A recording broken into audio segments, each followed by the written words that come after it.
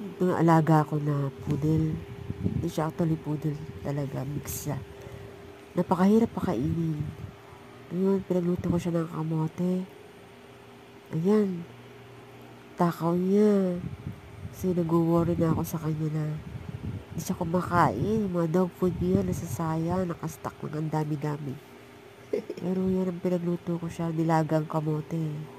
Ayan. Ang dami na nakain niya, oh. Ayan, sunod-sunod siyang kumain. Siguro gutom na siya niyan. Pero kahit gutom na siya, hindi talaga siya kumakain ng mga pagkain yung dog food. Hindi ko alam kung bakit. Hindi siya ganun katakaw. Kaya yan, tuwa naman ako dahil yan.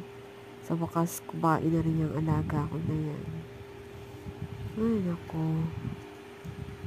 Mabuti na lang, naisipan kong maglaga ng kamote at ipatry sa kanya yung maliit na piraso.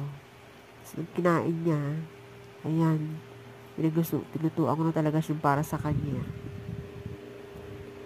Healthy pa. Kasi, kamote siya.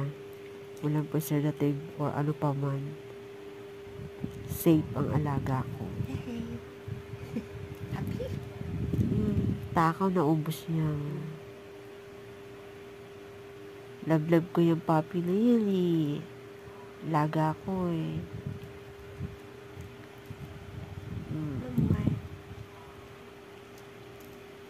Galing ah. Umubos agad ah. Ganyan po siya katakaw sa kamote. Happy now? Oh yeah! Yummy!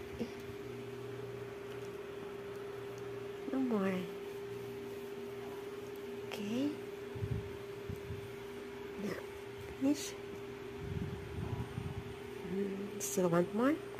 Huh? It's alright.